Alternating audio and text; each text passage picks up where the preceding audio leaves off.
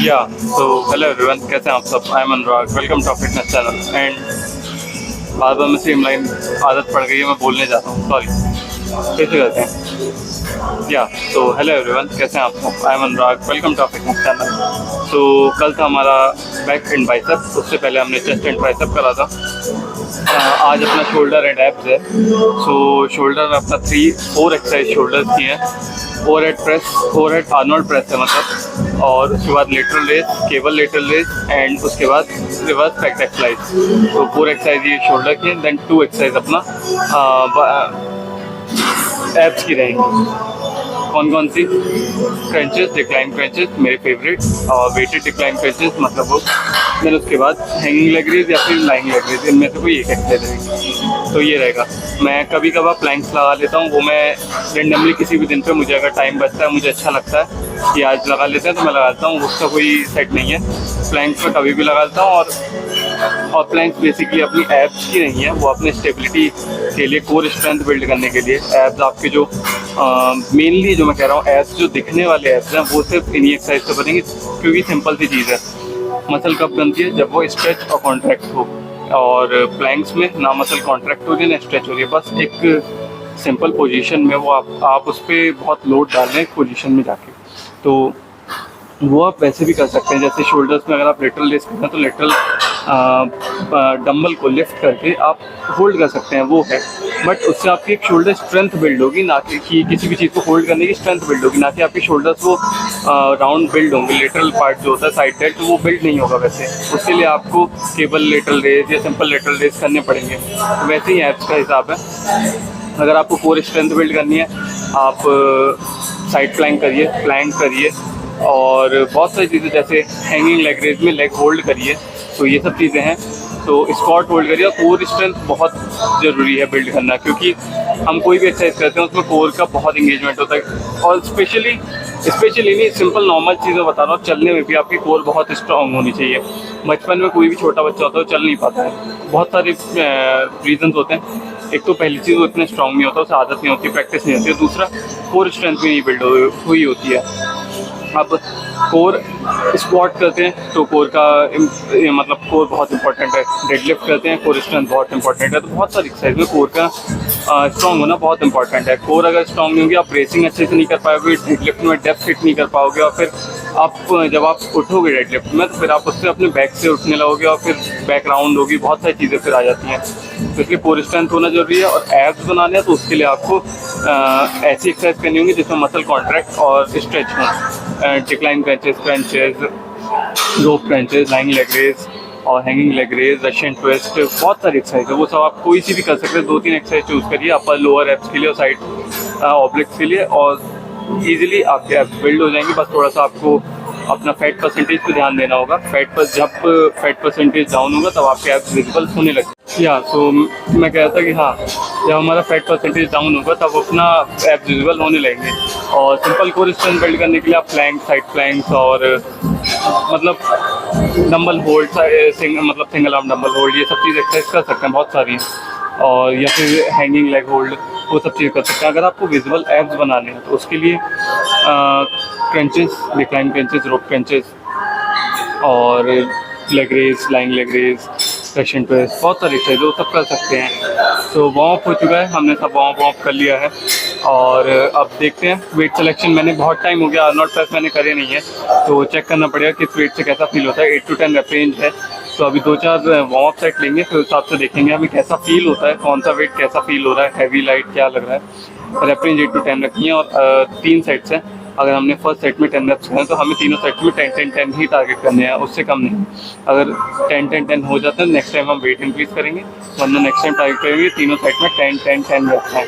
तो चलते हैं, अपना फर्स्ट एक्सरसाइज करते हैं शोल्डर्स के लिए आर्नोल्ड प्रेस।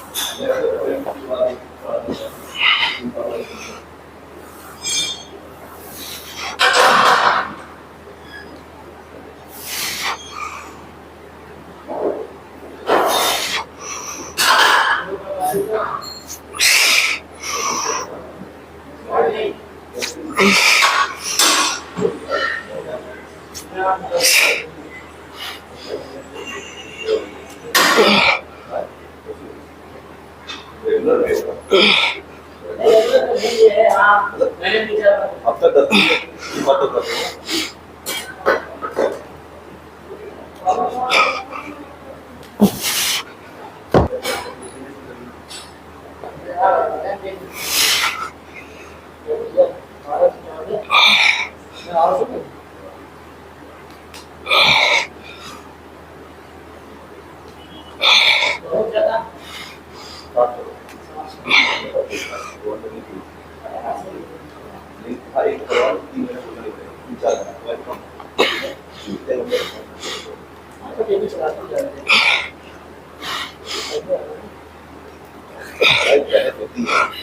इससे बात करिए तो संडे वाले दिन आप मेंबरशिप हो सकती है तो भाई जो आज की कोई भी एनी टाइम वीडियो बोल नहीं जाओ 20-25 मिनट आता नहीं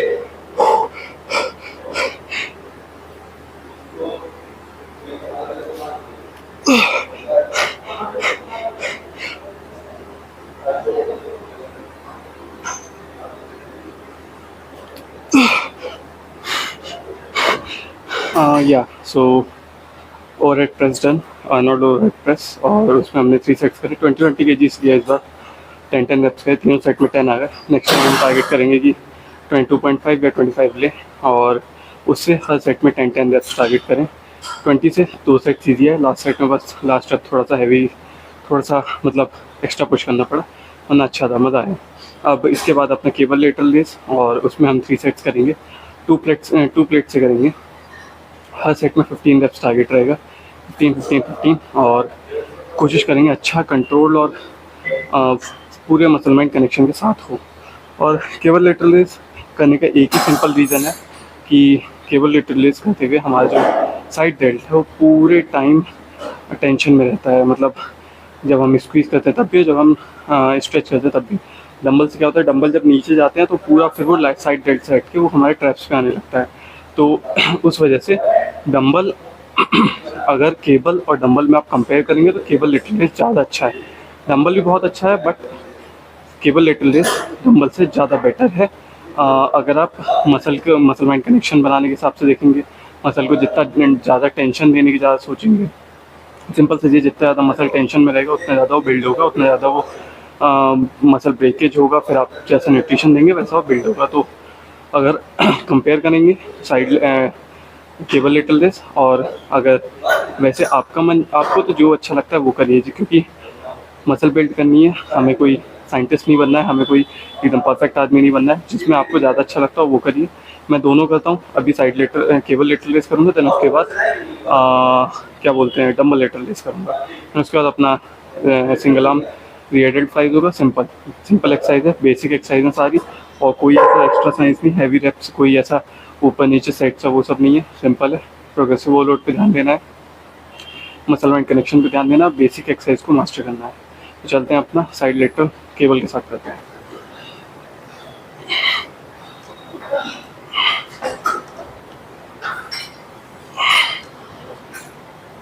पीछे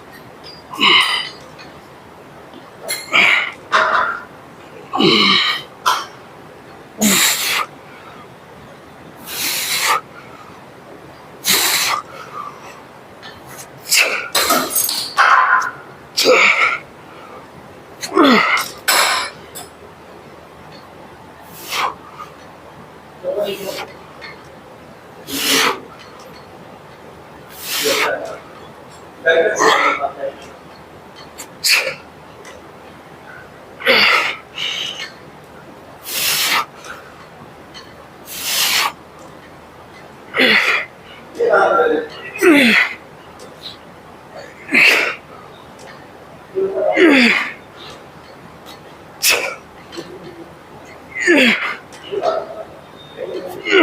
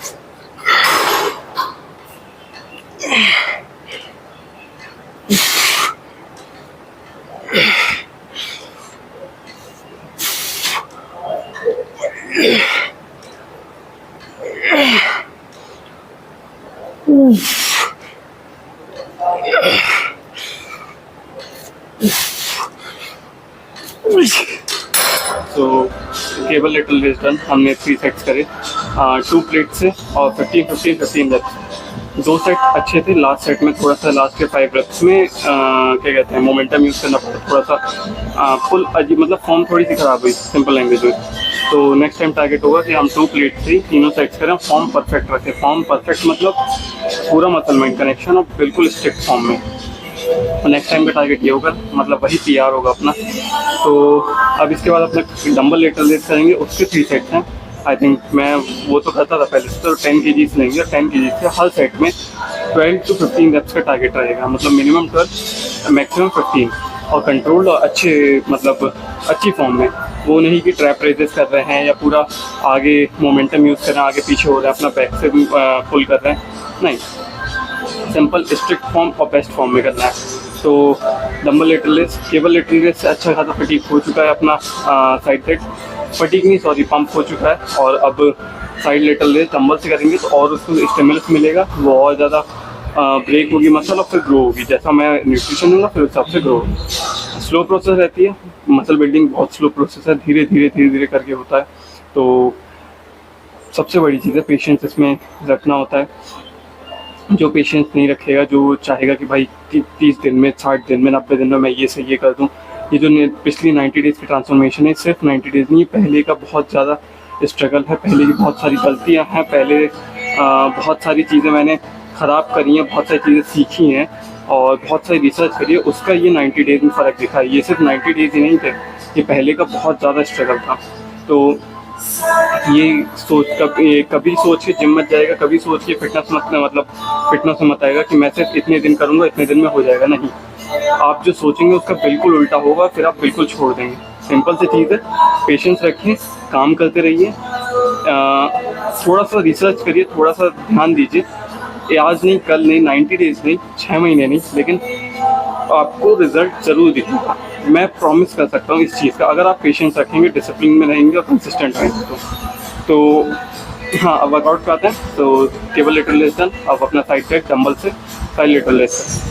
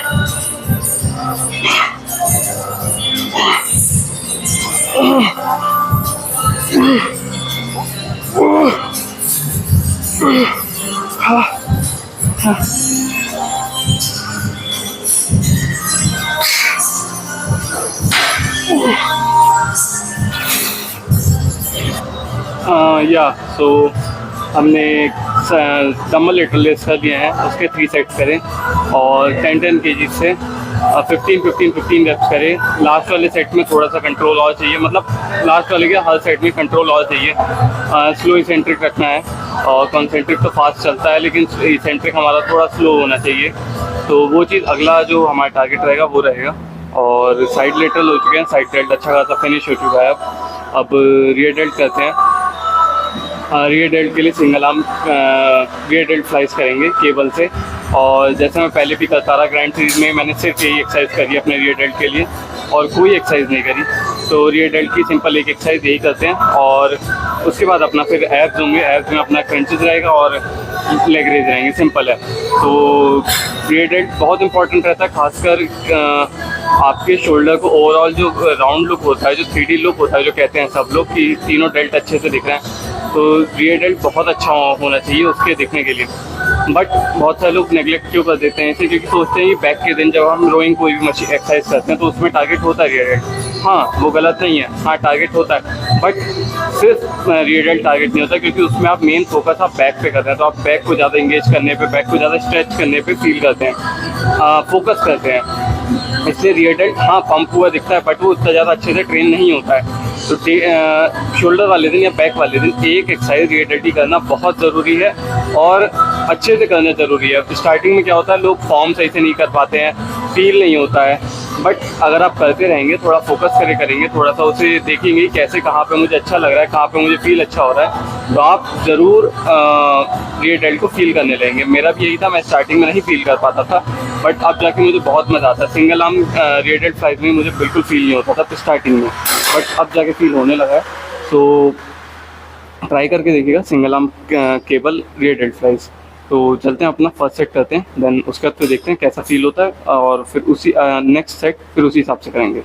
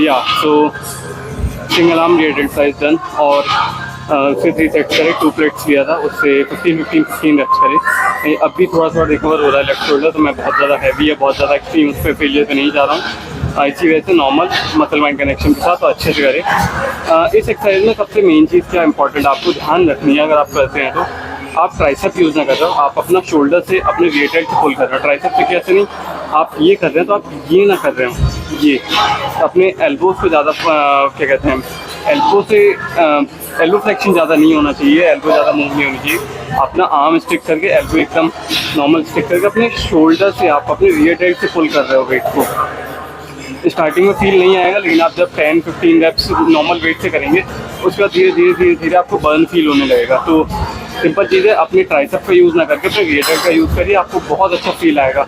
मैंने पूरी ग्राइंड सीरीज में रियर डेल्ट की ग्रोथ जो भी हुई है मेरी, पूरी ग्राइंड सीरीज में मैंने सिर्फ एक ही एक्सरसाइज करी है रियर डेल्ट के लिए, और कोई एक्सरसाइज नहीं करी। तो ट्राई करके देखिएगा, मज़ा आएगा। तो शोल्डर डन, अब चलते हैं अपना एब्स की ट्रेनिंग करते हैं। एब्स में मतलब एक क्रंचेस है और एक लेग रेज है, चलते हैं अपना वो करते हैं।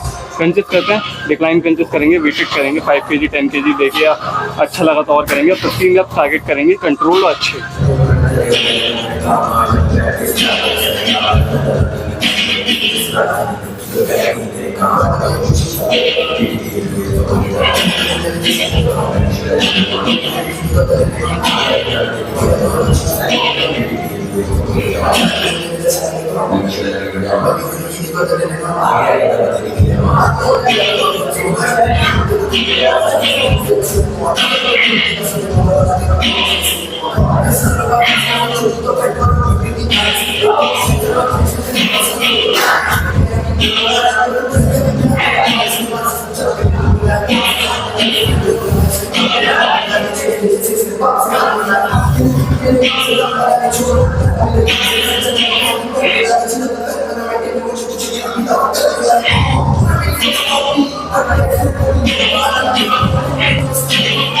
या सो आज का वर्कआउट डन। आज हमने शोल्डर एंड एब्स करा। शोल्डर में हमने 4 एक्सरसाइज करी, ओवरहेड, आर्नोल्ड प्रेस, और उसके बाद cable lateral raise, then dumbbell lateral raise, उसके बाद single arm rear delt flies. और एब्स के लिए हमने डिक्लाइन क्रंचेस और हैंगिंग लेग रेज करे। हैंगिंग लेग रेज के टाइम पे बहुत थोड़ा भीड़ हो गया था तो इसलिए मैंने रिकॉर्ड नहीं करा। अभी भी ऊपर आके बात कर रहा हूँ, गर्मी बहुत है बट ठीक है। तो आज का एक शोल्डर एब्स वर्कआउट थे। 3 सेट्स हर एक्सरसाइज में करे हमने, और एब्स के लिए भी 3 सेट्स करे। 10 kg हमने वेट लिया था डिक्लाइन में, और 10 kg से हमने 15 कंट्रोल अच्छे रेप्स करे। तो आज का वर्कआउट बहुत अच्छा था, बहुत मज़ा आया। कंट्रोल, हर चीज़ कंट्रोल में अब लाने की कोशिश करता हूँ कि जितना ज़्यादा मैं वेट्स को और ज़्यादा कंट्रोल कर सकता हूँ, क्योंकि बॉडी बिल्डर और पावर लिफ्टर में बहुत फ़र्क होता है। आपको पावर लिफ्टर नहीं बनना है, आपको बॉडी बिल्डर बनना है। सिंपल चीज़, बॉडी बिल्डर या फिटनेस में आना है। तो पावर लिफ्टिंग गेम है, वेट को पुश करना है चाहे आपको कुछ हो जाए। कहीं कहीं पे फॉर्म वो नहीं देखते हैं, जैसे कन्वेंशनल में बहुत सारे देखा होगा आपने, कंपटीशन के टाइम पे भी वो बैकग्राउंड हो जाती है। जो भी होता है वो उनका गेम है। तो वहाँ पे वो उनको वेट लिफ्ट करना है, आपको अपनी मसल्स को टारगेट करना है, अपनी मसल्स को स्टिमुलस देना है, उनको ब्रेक करना है। फिर आप जैसा न्यूट्रिशन देंगे वैसा वो बिल्ड होगी। तो सिर्फ वेट पे ध्यान नहीं देना है, जो कि मैं अब फिर से मैं अब वही ट्राई कर रहा हूँ। ग्राइंड सीरीज़ में मैंने यही कोशिश करी कि मैं वेट्स के साथ साथ कंट्रोल भी रखूँ अपनी एक्सरसाइज पे। तो लेकिन कुछ एक्सरसाइज में मुझे भी पता है, मैंने थोड़ा सा ईगो लिफ्टिंग कह सकते हैं, वो सब करा। बट ठीक है, मुझे मज़ा आया, रिज़ल्ट भी मिले, अच्छा लगा। कहीं कहीं पे काम आ सकता है, जहाँ पे जिस दिन आपको मन नहीं करता उस दिन ईगो के साथ आप थोड़ा सा फॉर्म ख़राब करके, या थोड़ा सा मतलब सेफ जहाँ जितना रह सकते हैं उतना, बट थोड़ा सा ईगो के साथ लिफ्ट कर सकते हैं जिस दिन मन नहीं कर रहा है उस दिन। But most of the time try करिए कि आप जितना ज़्यादा वेट्स को कंट्रोल कर सके, जितना ज़्यादा आपके कंट्रोल में रहे चीज़ें। वेट आप ऐसा ना लग रहा हो कि वेट आपको पुल कर रहा है, आप उसे पुल कर रहे हैं, आप उसे पुश कर रहे हैं। ऐसा लगना चाहिए कि आप डेडलिफ्ट कर रहे हैं, ऐसा नहीं लगना चाहिए कि वेट आपको नीचे ज़मीन में खींच रहा है। ऐसा लगना चाहिए कि आप आराम से वेट को लिफ्ट कर रहे हैं। सिंपल सी चीज़ है। तो आज का वर्कआउट ऐसी था। मैंने कंट्रोल कोशिश कर रहा हूँ और ज़्यादा, जितना ज़्यादा कंट्रोल लेटरल रेज में खासकर वेट्स को जितना ज़्यादा कंट्रोल कर सकता हूँ उतना करूँगा आगे से। सो हाँ, मैं वही बता रहा था कि देखिए, फिटनेस में अपनी बॉडी ट्रांसफॉर्म करनी है, हर चीज़ एक कंसिस्टेंसी का गेम है। ये जो पिछली मैं 90 डेज़ ग्राइंड सीरीज़ का करा है, जो मैंने ट्रांसफॉर्म करा है अपने आप को, ये सिर्फ 90 डेज़ नहीं थे पिछले, ये ऑलमोस्ट पिछले 1.5 से 2 साल की मेहनत थी। 1.5 से 2 साल में मैंने हज़ारों क्या अनगिनत गलती करी हैं, अनगिनत चीज़ें सीखी हैं, अनगिनत बार मैं फ़ेल हुआ हूँ, और कितनी बार मैंने फिर से कोशिश करी है। तो ये चीज़ सिर्फ 90 डेज़ का नहीं था, ये तो 90 डेज़ सब वो मिला के जो भी मैंने सीखा उस सबको एक जगह इकट्ठा करा और फिर उसमें लगा दिया। 90 डेज़ में रिजल्ट आया, हो सकता था मैं इसमें फेल हो सकता था, बट मैंने कोशिश करी और वहाँ मैं सफल हुआ। हाँ, अभी उतना नहीं हुआ हूँ मैं, जो मेरे दिमाग में था मैं अभी वहाँ तक भी अचीव नहीं करा हूँ।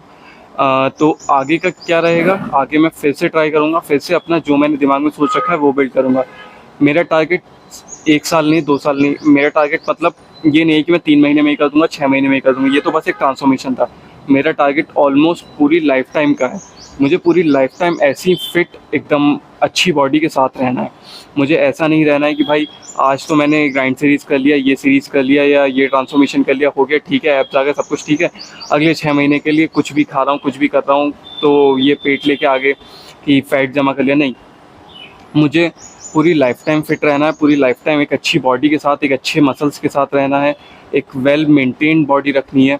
तो उसके लिए सिर्फ ये नहीं चलेगा कि आप कुछ भी खाएं, कुछ भी, आपको डिसिप्लिन में रहना पड़ेगा, आपको कंसिस्टेंट रहना पड़ेगा, आपको अपने ऊपर ध्यान देना पड़ेगा, तभी जाके होगा। और वो मैं ट्राई कर रहा हूँ।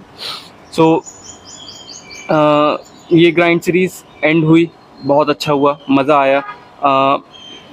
मैं आगे और भी एक्सटेंड कर सकता था, मैं चाहता तो और इसे एक्सटेंड कर देता कि 10 डेज़ और, कि ये कम करना है, वो कम करना, नहीं। मैंने जो 90 डेज़ सोचे थे मैंने वही रखा। अब जो रिज़ल्ट जहाँ पे जितना मुझे नहीं मिला है उस चीज़ों पे मैं काम करूँगा, उस चीज़ों को और ज़्यादा बेटर बनाऊँगा। हाँ, जो रिज़ल्ट मिला है उसके लिए मैं बहुत खुश हूँ, बहुत ग्रेटफुल हूँ कि जितना ही मैंने काम करा उसमें मुझे रिज़ल्ट मिले। बहुत सारे लोगों ने अप्रिशिएट करा, बहुत सारे लोगों ने मुझे क्या कहते हैं उसे अप्रिशिएट करना है। मुझे बहुत सारे मैसेज आए और कमेंट्स भी आए, तो थैंक यू सबको, थैंक यू। आपने इतना ज़्यादा मुझे प्यार दिया और कमेंट्स करे, इतने अच्छे वर्ड्स बोले, तो थैंक यू सो मच। और सिंपल सी चीज़ है, आप भी कर सकते हैं, मैंने जैसे करा है वैसा आप भी कर सकते हैं। ट्राई करके देखिए, हो जाएगा। एक बार आपको बस एक स्टेप लेना है, उस पर बस कंसिस्टेंट रहना है, सिंपल सा चीज़ है। तो बस ऐसी फिटनेस एक कंसिस्टेंसी का गेम है, ट्रांसफॉर्मेशन है, बॉडी बिल्डिंग, हर चीज़ एक कंसिस्टेंसी का गेम है। जब तक आप कंसिस्टेंट नहीं रहेंगे तब तक आप नहीं अचीव कर पाएंगे जो आप सोच रहे हैं।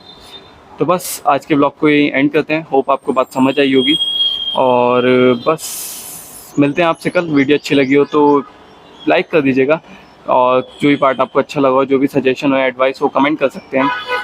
और शेयर करना हो तो आपकी मर्ज़ी, आप शेयर भी कर सकते हैं। चैनल को सब्सक्राइब करना तो बिल्कुल मत भूलिएगा, क्योंकि ऐसी ही वीडियोस, ऐसे ही कुछ ना कुछ ट्रांसफॉर्मेशन है, कुछ ना एक जर्नी मान लीजिए। कोई ये ऐसा मैं कोई बड़ा अभी इन्फ्लुएंसर नहीं हूँ, वो नहीं हूँ तो कि वीडियोस आए मतलब बहुत ज़्यादा एडिटिंग के साथ उसके साथ आएगी, नहीं। अगर आपको रियल ग्राइंड देखना है, रियल में आपको रॉ कंटेंट देखना है, जो हार्ट टू हार्ट बात सुननी है कि जो मेरे मन में आ रहा है, जो मैं चल रहा है अभी, जो मैं करना चाहता हूँ, वो सब आपको जानना है, एक जर्नी में साथ देना है, तो सब्सक्राइब कर दीजिएगा चैनल को, क्योंकि वीडियोस ऐसी आती रहेंगी और मैं ऐसे ही चलता रहूँगा। तो मिलते हैं आपसे कल, तब तक के लिए थैंक यू एंड बाय।